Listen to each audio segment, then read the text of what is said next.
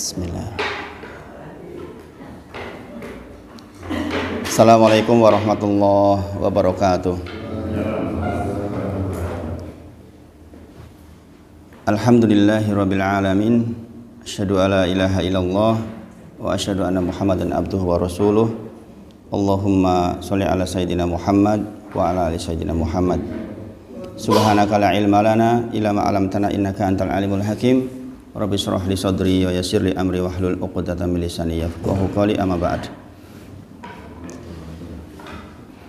Bersyukur kita kepada Allah atas semua nikmat yang Allah berikan kepada kita.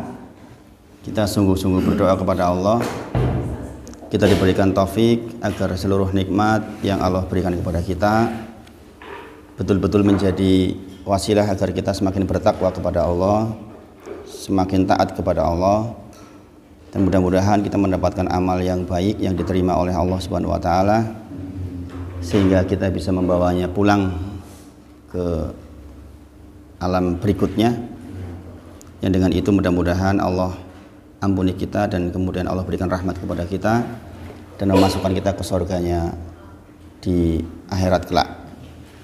Shalawat dan salam kita perbanyak kepada Nabi kita Muhammad sallallahu alaihi wasallam. Mudah-mudahan kita dimampukan oleh Allah, diberikan taufik oleh Allah agar selalu membasahi lisan kita dengan banyak bersolawat kepada Nabi-Nya, yang dengan itu insya Allah akan dimudahkan untuk mendapatkan syafaatnya di yaumil akhir kelak. Insya Allah kita melanjutkan bacaan kita di matan kitab Ushul Salasah. Saya ulangi yang kemarin, kayaknya kemarin banyak yang ngantuk. Saya ulangi, karena ini bagian penting. Kita masih ingat, di awal-awal kita dulu membaca kitab, diantaranya adalah fa'idha qila laka ma'usulu salasah. Jika lo ditanyakan kepada panjenengan apa tiga landasan pokok yang setiap kita alal insani ma'rifatuha sebaiknya atau seharusnya tahu, maka kita menjawab seorang hamba mengenal Rabb-nya, mengenal Allah Subhanahu wa taala.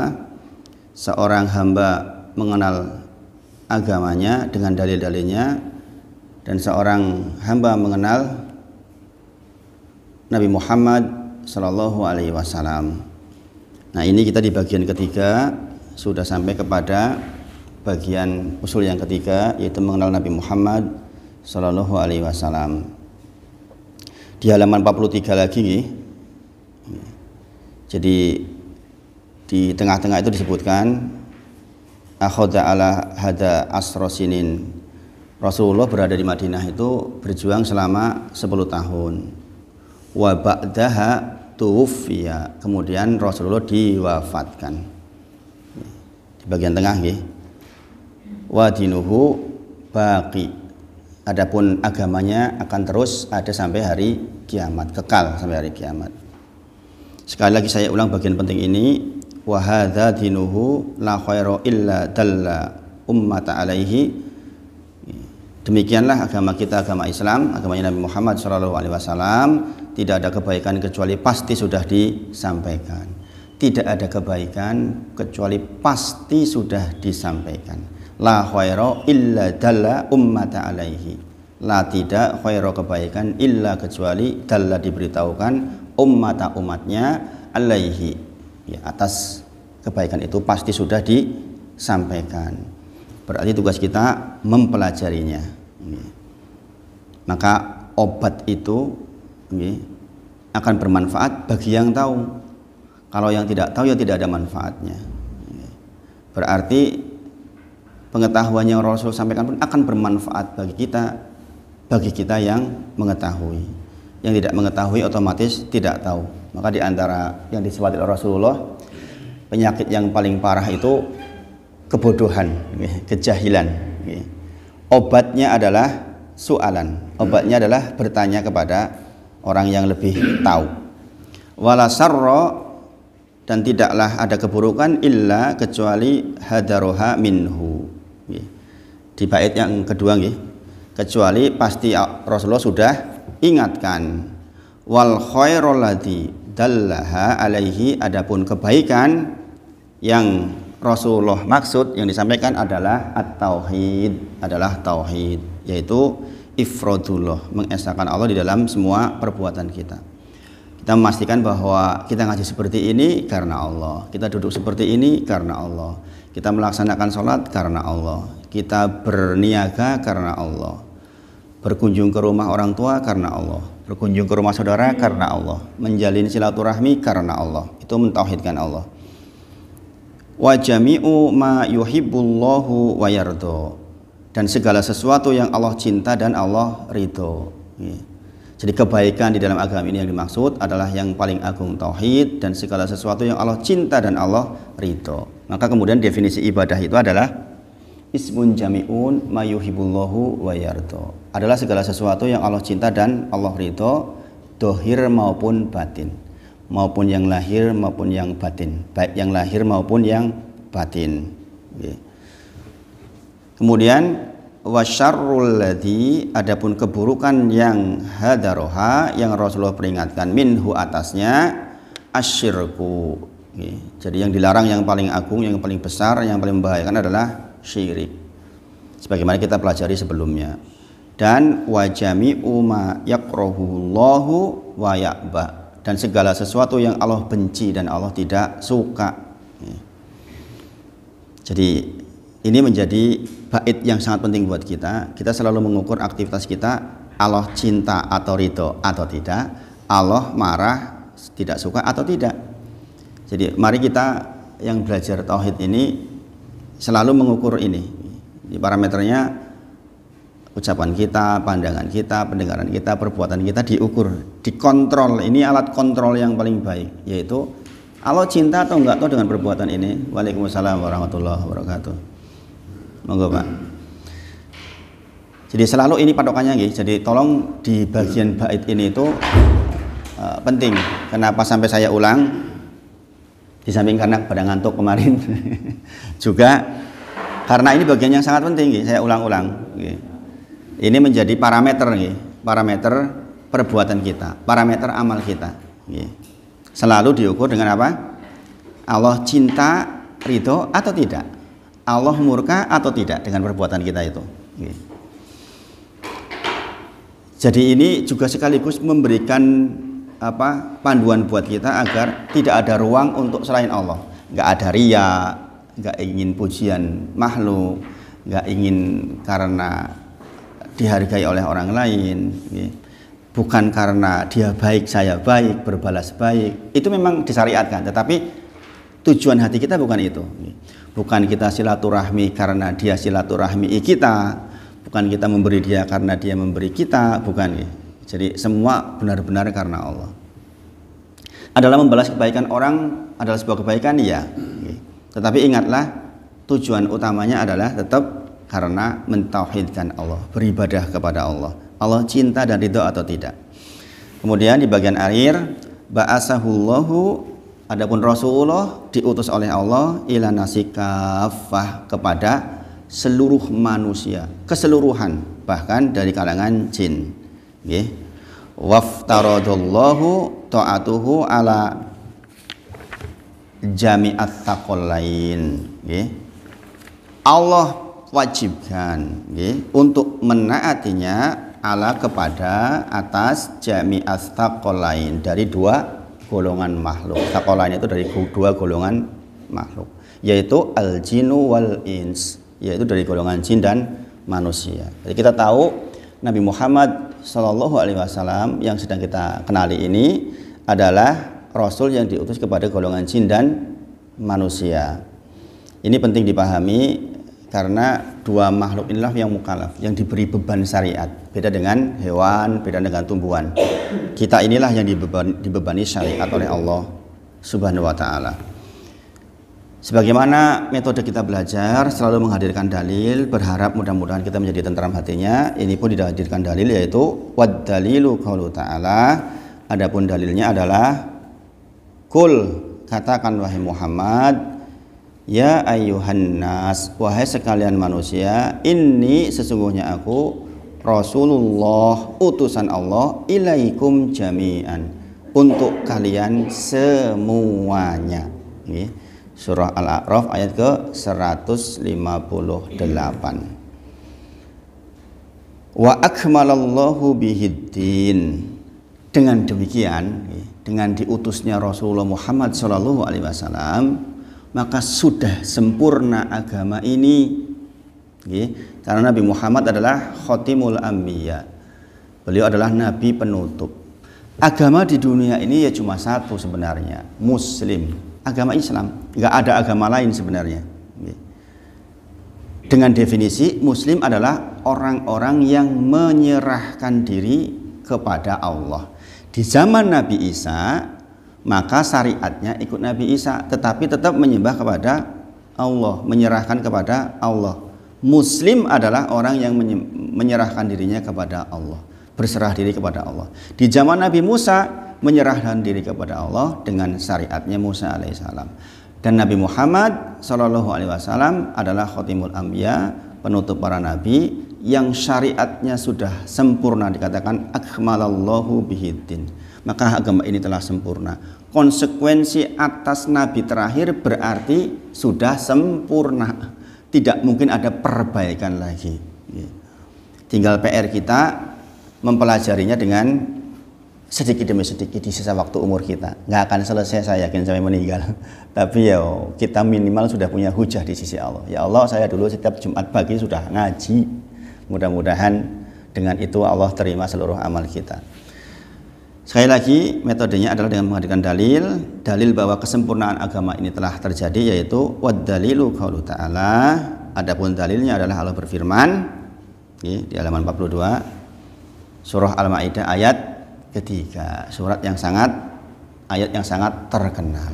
Al-yauma, pada hari ini, akmaltu lakum dinakum, telah kusempurnakan bagi kalian agama ini, wa atmamtu alaikum nikmati, dan telah kusempurnakan atas kalian nikmatku, wa raditu lakumul islam madina, dan aku telah ridho Islam sebagai agama ini, agamamu. Ini surah Al-Maidah ayat 3 menunjukkan bahwa agama ini telah sempurna. Nah, Bapak Ibu sedaya, ini saya ulang sekali lagi biar pemahamannya sempurna. Jadi setelah Rasulullah berjuang di Madinah 10 tahun, kemudian Rasulullah diwafatkan, tufiya, yaitu tanggal 12 Rabiul Awal tahun 11 Hijriyah. Tidak ada perselisihan waktu meninggalnya, tetapi waktu lahirnya ada perselisihan. Mengapa?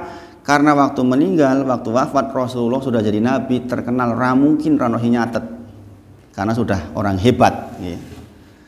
Jadi ketika baru lahir kan tidak tahu, maka diperselisihkan.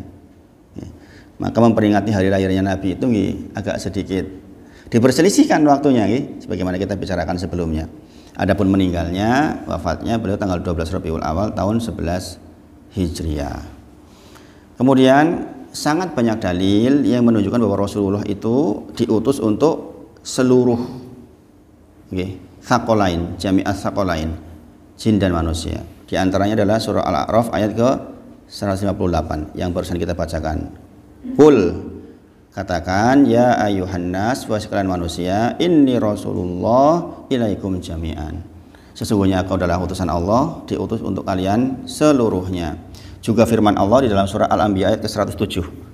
Menika wa ma arsalnaka, dan tidaklah, ma itu tidaklah dan tidaklah, arsalnaka, aku utus engkau Muhammad, illa kecuali rahmatan lil alamin, rahmatan lil alamin, menjadi rahmat untuk seluruh alam.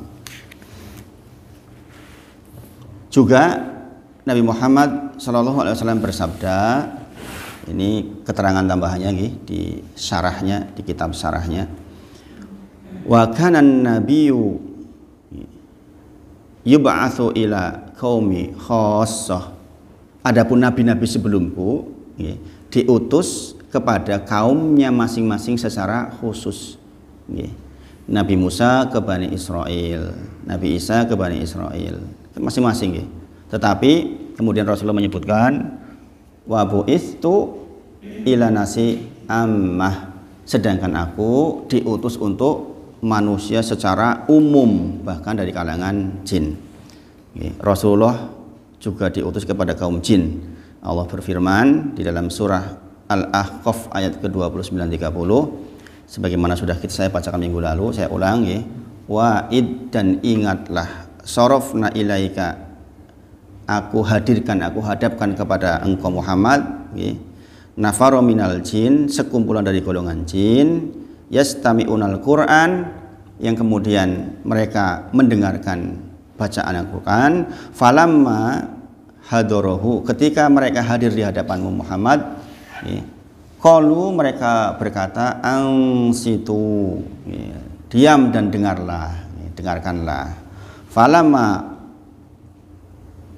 Falamma kudiya, dan setelah selesai pembacaan Al-Quran, walau kemudian mereka kembali ke kaumnya, ila qaumihim, kepada kaumnya, maksudnya orang-orang jin-jin ini pergi ke kaumnya setelah selesai mendengarkan Al-Quran, mundirin, untuk memberikan peringatan. Qalu, mereka berkata, ya qaumana, wahai kaum kami, inna, sesungguhnya, sami'na kitaban, kami telah mendengar kitab unzila min ba'di Musa, yang diturunkan setelah Musa, setelah diturunkan kepada Musa. Berarti sebelum Nabi Muhammad SAW ada Nabi Isa dan Nabi Musa. Nah, ini keterangannya adalah, saya telah mendengar bacaan Al-Quran yang diturunkan setelah apa yang diturunkan kepada Musa, musaddiqo lima baina yadaihi, membenarkan apa yang dibawa oleh kitab-kitab sebelumnya, yang murni maksudnya nggih. Sekarang kan kalau Injil sudah banyak berubah nggih. Yang murni, yang asli Taurat dan Injil, maka dibenarkan oleh Al-Quran. Musaddiqo lima baina yadaihi, yahdi, membimbing, memberitahu, memimpin ila haqqi, kepada kebaikan, wa ila thoriqim mustaqim, dan kepada jalan yang lurus. Surah Al-Ahqaf ayat ke 29-30. Nanti dibuka. Nah, saya berharap betul ketika saya menyebutkan ayat-ayat seperti ini, jenengan nanti di rumah itu menyempatkan. Sekarang kan gampang ya, jenengan buka Android, tulis tafsir Ibnu Katsir surah Al-Ahqaf ayat ke 29-30, nanti keluar. Kalau dulu saya belajarnya pakai kitab tebel. Dan ini salah satu hadiah saya ke istri saya dulu waktu nikah. Kitab tafsir Ibnu Katsir. Sekarang gampang banget, di HP tinggal pencet keluar, nggak usah buka-buka capek. Masya Allah. Supaya tahu asbabnya, asbab nuzulnya, mengapa ayat ini turun. Nah, ini penting supaya pemahaman kita lebih komprehensif, lebih sempurna. Agama Islam adalah agama yang terakhir, dan Nabi Muhammad SAW adalah Nabi terakhir. Konsekuensi dari Nabi terakhir adalah agamanya harus sempurna, karena nggak ada perbaikan lagi. Tidak akan ada lagi datang agama berikutnya yang menyempurnakannya. Agama sebelumnya tidak sempurna, maka tidak masalah, karena akan ada agama berikutnya akan menyempurnakannya. Nabi Muhammad SAW bersabda, ini yang saya sampaikan kemarin terakhir, yaitu perumpamaan atas dirinya. Ini perumpamaan yang sangat indah, kerendahan hati seorang Nabi yang Masya Allah. Kita harus tiru ini, bagian ini. Inna, sesungguhnya, mathali, perumpamaan atas diriku, kata Rasulullah. Wa mathala anbiya'i min qabli, dan perumpamaan atas nabi-nabi yang datang sebelumku. Sekali lagi, sesungguhnya perumpamaan atas diriku dan perumpamaan atas nabi-nabi yang datang sebelumku, kamasali, sebagaimana rojulin, seseorang bana, membangun baitan, membangun sebuah rumah, fa ahsanahu, kemudian orang itu mengindahkannya, membaguskannya, ajmalahu, dan mengindahkannya, ngecat, diapiilah pokoknya. Seperti seseorang yang membangun rumah, dibaguskan, diindahkan. Illa, kecuali maudi ala binah minazawiyah, kecuali ada satu batu bata di bagian pojok yang belum dipasang. Jadi sudah indah banget, Ning ngono batu bata satu yang belum dipasang di bagian pojok rumah. Nggih. Masya Allah. Nggih. Kemudian faja'alan nasu nggih yatufuna bihi. Kemudian orang-orang pada datang mengelilingi bangunan itu.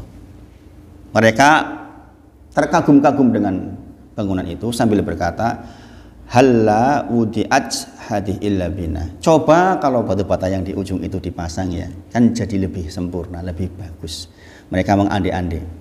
Kemudian qala Nabi Muhammad sallallahu alaihi wasallam berkata, fa anna, dan saya labinatu wa ana khotimul anbiya. Dan saya adalah labinah itu. Saya adalah batu bata itu. Kok cilik men nggih. Rasulullah satu batu bata itu menyempurnakan. Maksudnya adalah agama ini sudah sempurna. Tapi Rasulullah menggambarkan dirinya itu Masya Allah. Nggih. Enggak, saya itu yo pokok-pokok EKB. Tapi saya hanya bagian kecil dari bata itu. Nggih. Menyempurnakan seluruh bangunan yang sudah indah itu. Nah, ini perlu kita tiru ya. Kalau kita menggambarkan diri kita, nggak usah tinggi-tinggi lah. Meskipun kita kaya raya, mobilnya 100, kita ya hanya kecil saja. Karena memang aslinya kita kecil, gitu. Nggak ada apa-apanya sebenarnya. Nah, kalau ada orang mentang-mentang, gitu. Na'udzubillah. Kemarin waktu saya sempat melihat diskusi tentang LGBT itu, gitu. Saya kalau ada diskusi seperti itu mencoba untuk mengikuti yang di TV One kemarin itu loh terakhir, ya, Ustadz Khalil Nafis. Masya Allah, saya melihat zaman sekarang itu memang subhatnya berat banget. Gitu. Orang sepinter beliau, doktor di bidang fikih kan, gitu. Itu bisa dikatakan oleh orang yang tidak tahu apa-apa, nggak pakai jilbab sekalian, mengatakan, lah itu kan tafsirnya kamu. Ketika beliau menerangkan tentang begini loh Al-Quran hadir tentang LGBT, tidak bolehnya. Kemudian ditafsir oleh tafsir Ibnu Katsir, oleh Ibnu Katsir rahimahullah ta'ala. Dia mengatakan itu enggak update, itu kan tafsirnya kamu. Masih banyak tafsir-tafsir yang lain. La ilaha illallah. Bayangkan betapa sombongnya orang yang tidak tahu. Maka Rasulullah menyampaikan, sungguh penyakit yang paling membahayakan itulah penyakit kebodohan. Padahal kebodohan itu, kata Rasulullah, obatnya adalah soalan, bertanya kepada yang mengerti. Ini sudah nggak ngerti, mengatakan kamu itu pakai tafsirnya kamu sendiri. Terangkanlah itu di komunitasmu saja. Banyak mendapat yang lain. La ilaha illallah. Dan ini sebenarnya kalau jenengan belajar tafsir sudah hal seperti ini sudah terjadi dari dulu sebenarnya. Cuma sekarang lebih terbuka. Bagaimana coba seorang ibu-ibu yang nggak punya dasar agama bisa menghukumi seperti itu gimana coba? Ini yang dihadirkan di masyarakat kita. Kalau kita nggak belajar sungguh-sungguh, na'udzubillah, anak kita, turunan kita mau bagaimana? Makanya saya berharap betul, Bu. Saya sering menjadikan kajian kita seperti ini menjadi wasilah kepada Allah untuk mendekatkan diri agar keturunan kita tuh keturunan yang dirahmati oleh Allah. Saya ingin betul ketika nanti kita meninggal, kita masih dapat cucuran pahala dari doa-doa anak kita. Karena apa? Tantangannya besar banget. Ya seperti ini loh tantangannya. Nyata, terbuka, bisa diakses oleh semua orang seperti itu kan. Kalau jenengan kembali ke awal-awal kita belajar di dalam surah An-Nahl ayat 36, walaqad ba'asna fi kulli ummatin rasulan an ibudullah wajtanibut taghut. Sesungguhnya telah diutus kepada masing-masing kaum seorang rasul. Apa tugasnya? Masih ingat toh? Agar orang-orang menyembah Allah dan menjauhi sesembahan selain Allah. Tugasnya sama dari Nabi Adam sampai Nabi Muhammad SAW. Itu tugasnya itu yang paling utama. Kalau jenengan baca tafsirnya Pak Bu, itu ayat 36. Di ayat 35-nya itu orang-orang musyrik itu mengatakan begini, persis seperti yang dikatakan orang ini nih, yang dikatakan orang yang pendebat itu, yang perempuan itu. Mereka mengatakan, kami tidak menyembah Allah kan juga atas kehendak Allah. Sebagaimana orang ini mengatakan, penyimpangan seksual kan juga dikehendaki oleh Allah. Kan bilang begitu tuh kemarin itu. Itu juga kehendak Allah. Kamu pikir kayak gitu bukan kehendak Allah? Allah nggak tahu. Kalau emang Allah mau dibuat jadi laki-laki dan perempuan semua bisa kok. Kan gitu tuh kata-katanya itu. Ini orang musyrik mengatakan seperti itu. Orang musyrik itu mengatakan, ngapain sih ngingetin saya? Wong kalau memang Allah berkehendak saya menyembah Allah, gampang buat Allah. Nyatanya dibiarkan tuh saya nggak menyembah Allah, nggak apa-apa. Tuh bayangin. Subhatnya itu dia seolah-olah bersandar kepada apa? Takdir. Oh, takdirnya saya memang begini kok. Kalau memang Allah mau rubah takdir saya kan gampang buat Allah. Kan ini juga kehendak Allah seperti ini. Saya jadi agamanya ini, saya jadi homoseksual, jadi ini kan juga kehendaknya Allah. Na'udzubillah.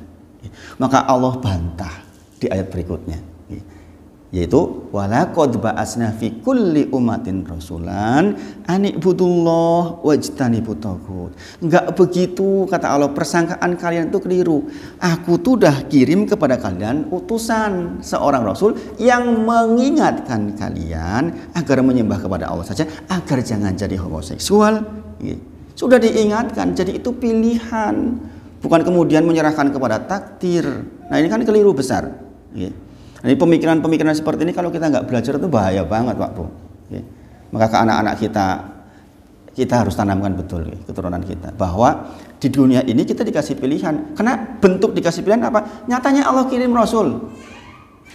Allah kali kasih pengingat kepada kita, ini loh yang baik, ini yang keliru. Bahwa semuanya atas kehendak Allah, iya. Tapi kan kita tidak tahu masa depan kita yang mana. Gitu Bang. Apakah kita akan surga atau neraka, menjadi orang yang buruk, itu kan kita nggak tahu. Maka kita berusaha memilih yang baik-baik, agar yang dengan baik-baik itu kita menjadi soleh, yang dengan kesolehan kita dapat rahmat Allah, yang dengan rahmat Allah kita masuk surganya Allah Subhanahu Wa Taala. Makanya di akhir zaman ini benar-benar kita harus bisa memanfaatkan waktu sebaik mungkin. Min husni islamin mar'i tarkuhu malayani. Di antara keindahan Islam seseorang yaitu tidak ikut-ikutan ngurusi yang bukan bagiannya. Kita kadang-kadang berdiskusi ngalor ngidul, sebenarnya bukan bagian kita, sehingga kita kehilangan banyak waktu. Sementara tafsir nggak kita baca, Al-Quran nggak kita baca, keberkahan pun jadi hilang. Na'udzubillah.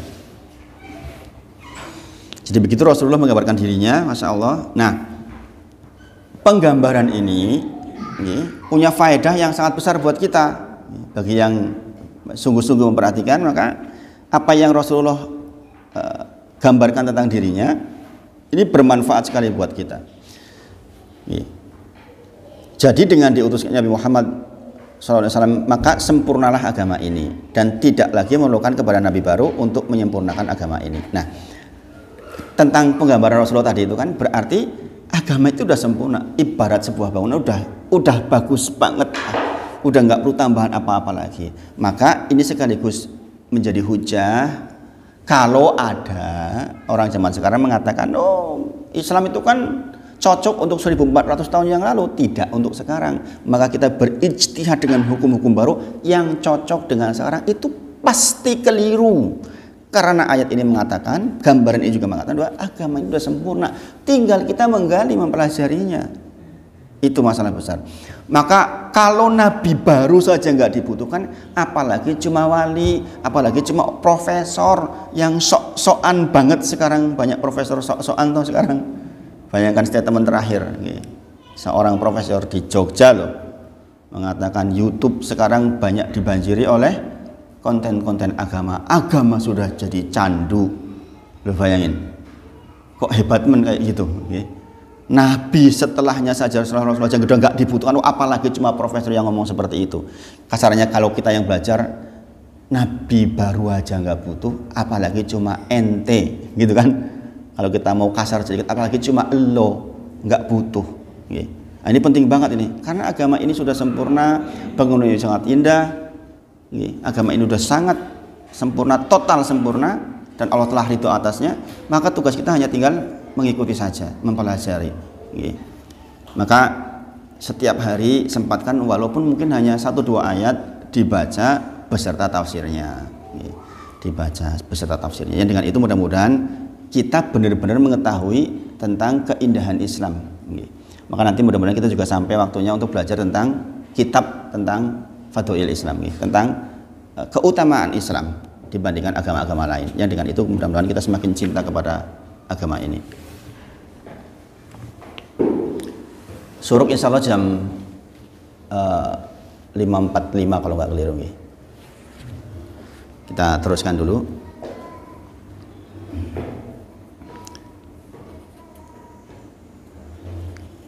Kita sampai kepada bagian berikutnya, menika Di halaman 42 yang tadi nggih, lanjutannya nggih. Wad dalilu. Benar.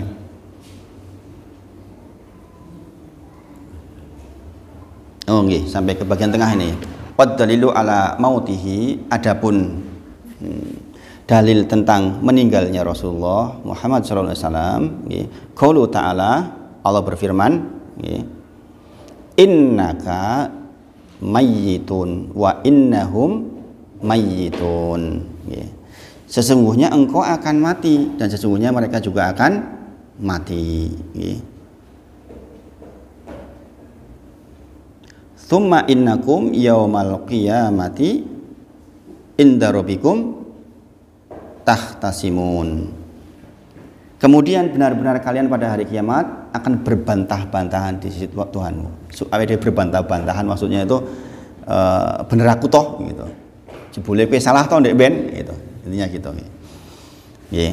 Nah, saya terangkan maksud ayat itu nggih. Dalam ayat ini Allah menyamakan kematian Nabi Muhammad sallallahu alaihi wasallam dengan kematian orang-orang musyrikin, yaitu dari sisi podo-podo Arab meninggal. Itu maksudnya. Pokoknya Arab muslim, kafir, musyrik tetap mati kabeh. Tak terkecuali Rasulullah pun meninggal. Surah Az-Zumar ayat ke-30 dan 31. Akan tetapi tentu akan ada perbedaan ketika kondisi akan meninggalnya, apalagi selanjutnya di alam barzah dan di hari kebangkitan. Kita harus tahu bahwa Rasulullah sallallahu alaihi wasallam meninggal sebagaimana nabi-nabi sebelumnya. Allah berfirman di dalam surah Ali Imran 144. Ini terkait dengan kisahnya siapa? Kisahnya Umar yang nesu ketika Rasulullah dikabarkan meninggal. Dia bawa pedang, nyeret pedang, nggak ada yang berani lah. Umar sebegitu dahsyatnya kan. Sopo sing kondo Rasulullah meninggal. Tak jak gelut di sana, tak potong lehernya gitu. Ini Umar saking cintanya pada Rasulullah sampai seperti itu. Nah, kemudian kita bacakan surah Ali Imran 144, wa ma Muhammadun, dan tidaklah, ma itu tidaklahnya, wa itu dan ma itu tidaklah, Muhammadun Nabi Muhammad itu illa kecuali rasul, seorang rasul. Qad khalat min qablihi rusul. Sungguh telah datang kepada kita sebelumnya, kepada manusia sebelumnya rasul-rasul. Afa imma ta'au kutila, apakah jikalau kemudian Rasulullah meninggal atau kutila atau terbunuh. Sebagian nabi ada yang terbunuh, Bani Israel kan hobinya membunuh nabi. Kemudian angqalabtum ala aqabikum, apakah engkau akan berbalik murtad ke belakang? Wa mang yang qalib ala akibai, barang siapa yang kembali ke belakang, murtad menjadi murtad lagi maksudnya setelah kematian Nabi Muhammad sallallahu alaihi wasallam, fala yadurullaha syai'a, maka itu tidak akan mengakibatkan keburukan buat Allah. Wa sayajzillahu syakirin, dan Allah akan memberi balasan kepada orang-orang yang bersyukur.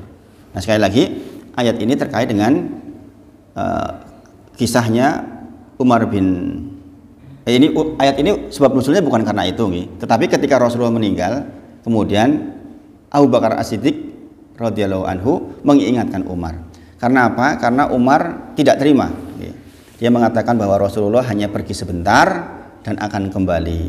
Kadang-kadang kita kalau sama orang yang sangat kita cintai kan begitu.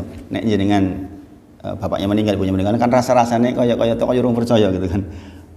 Mau wis kok blok karo aku. Kok saiki wis ora ono ya gitu. Kak Umar pun merasakan demikian. Dia menantang berduel dengan orang yang mengatakan bahwa Rasulullah sudah meninggal. Saat itu semua sahabat tidak ada yang berani untuk berbicara dengan Umar. Hingga datanglah Abu Bakar dan berkata, ini perkataannya penting banget, supaya kita terhindar dari penyembahan kepada selain Allah. Ini biasanya yang disembah-sembah gitu kan orang-orang soleh, kemudian nabi-nabi, wali-wali. Kata Abu Bakar, ini kata-kata yang sangat penting. Ini menutup kesyirikan. Man kana ya'budullah fa innallaha hayyun lam yamut.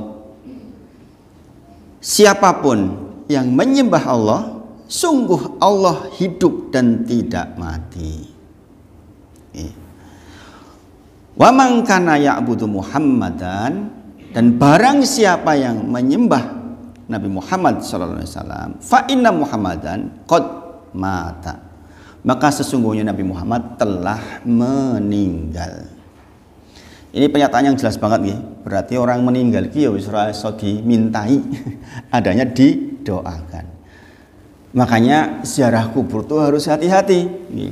Ziarah kubur itu syariat yang disunahkan oleh Nabi Muhammad SAW, tetapi harus hati-hati. Jangan sampai kita meminta kepada penghuni kubur. Saya berprasangka baik, insya Allah enggak. Prasangka baiknya mudah-mudahan mereka benar-benar datang hanya untuk mendoakan penduduk kubur. Assalamualaikum ya ahlad diyar minal muslimin wal mu'min. Keselamatan untuk kalian penduduk kubur dari golongan muslimin, dari golongan mukmin. Kan begitu doanya. Kita mendoakan datang ke sana sambil mengingatkan diri kita agar kita ingat bahwa kita juga akan di sana. Maka di sini dikatakan sing sinten kemawon menyembah Allah, Allah tuh enggak meninggal. Barang siapa yang menyembah Nabi Muhammad, sesungguhnya Nabi Muhammad telah meninggal. Kemudian Umar membacakan ayat tadi, wa ma Muhammadun illa rasul qad khalat min qablihi rusul, dan seterusnya sampai terakhir. Apa kata-kata Umar setelah mendengar ini? Kata Umar, qala Umar, berkata Umar, falaka anni koyo to aku lam akroha, koyo aku tuh nggak pernah moco ayat kui gitu. Illa kecuali yauma idin, kecuali hari ini. Kadang-kadang begitu nggih. Ingat kalau kita lagi dapat sesuatu yang mendesak, beban koyo itu hilang kabeh ilmu nggih. Bahkan ini juga terjadi sama Umar. Loh, koyo to aku urung tahu to. Urung tahu moco ayat iki, padahal udah dihafal kan sama beliau. Kecuali hari ini koyo to nembet teko dino iki ayat iki. Itu. Maka mengingatkan orang yang lagi susah, lagi galau itu penting. Nanti kita akan belajar Kitabul Jami di antara hak muslim atas muslim yang lain, yaitu faidan tansohaka fansohlahu. Di bagian yang ketiga itu jikalau orang meminta nasihat, maka kita punya kewajiban untuk menasehatinya. Karena Pak ini seperti ini. Umar bin Khattab saja yang kuat radhiyallahu anhu saja ketika mendengar sesuatu yang sangat menggetarkan iso lali kepada yang sudah beliau sangat hafal. Jadi di antara kewajiban kita kepada muslim yang lain adalah ketika seorang muslim meminta nasihat kepada kita, maka kita berkewajiban untuk menasehatinya. Contoh, jenengan mau bisnis, kemudian ada orang datang kepada jenengan nggak kenal, maka jenengan mungkin tanya kepada temannya, kayak piye to wonge, ini gibah yang dibolehkan ini, kayak piye to wonge, oh nek ajane yo rajin sih sholat dan ini, tapi nek masalah duit biasanya ki mbleber ngendi-ngendi ora karu-karuan, misalnya begitu. Kita harus jujur seolah-olah kita yang akan berbisnis. Nah itu maksudnya itu. Fa'idan tansohaka fansohlahu. Jikalau orang meminta pendapat kepadamu, minta nasihat kepadamu, maka nasihati. Ada misalnya, jangan orang tua mau menikahkan anaknya, putri. Kemudian datang ke seseorang menanyakan bagaimana ini si laki-laki itu ngelamar ke tempat jenengan kan, jenengan nggak tahu, nggak kenal. Maka ketika saya misalnya itu murid saya gitu, saya tanya kepada saya gitu, gimana Mas Faid murid jenengan itu, ya saya harus jujur. Saya nggak boleh nutup-nutupi. Nah ini yang saya bilang hibah dibolehkan. Ono yo disampaikan maksudnya. Jangan sampai kemudian sudah dinikahkan menyesal karena kita keliru menyampaikan informasi. Itu indah sekali nih agama Islam itu, masya Allah. Itu nanti kita akan belajar di Kitabul Jami di hadis pertama gitu. Jadi jangan sampai kita memberikan informasi yang keliru. Maka demikianlah kita saling mengingatkan. Kita nggak ada yang sempurna, kadang-kadang ujian kita masing-masing, kadang-kadang berat, maka ya tolong menolonglah, karena kita mentauhidkan Allah. Kita berharap betul sesama jamaah ini saling maju semuanya, maju dunia dan maju akhiratnya. Karena ujian dunia juga kalau terus menerus juga memberatkan. Nanti juga kita akan belajar itu tentang bahwa ada keluhan dari seorang yang berilmu tentang ujian dunia yang terus menerus yang membuat dia rasa-rasanya kok seperti mau hancur dunia dan akhiratnya. Bagaimana obatnya gitu. Ada kitab namanya Ad-Da wa Dawa, penyakit dan obatnya. Itu Masya Allah, juga kitab yang sangat bagus untuk kita pelajari. Di dalam sarahnya dikatakan padahal ayat ini telah mereka hafal, Umar hafal, akan tetapi dalam kondisi terguncang saat itu membuat mereka lupa. Abu Bakar radhiyallahu anhu dengan tenang, tegar mengingatkan bahwa mereka bahwa Rasulullah telah meninggal dunia. Nah, ini penting lagi ya, mengisi bagian terakhir. Tentunya Rasulullah Muhammad SAW di alam barzakh hidup dengan kehidupan yang khusus sebagaimana para syuhada. Allah berfirman, ini penting karena dalil ini yang digunakan oleh orang-orang yang meminta kepada penduduk kubur.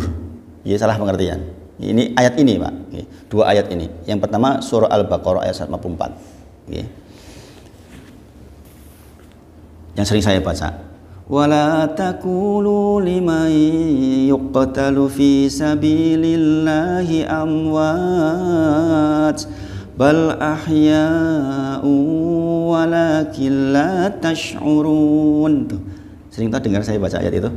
Dan janganlah kamu mengatakan terhadap orang-orang yang gugur di jalan Allah bahwa mereka mati. Bahkan sebenarnya mereka itu hidup, tetapi kamu tidak menyadarinya. Nah, ini kemudian dijadikan, aku minta kepada yang hidup kok, bukan kepada yang mati. Gitu.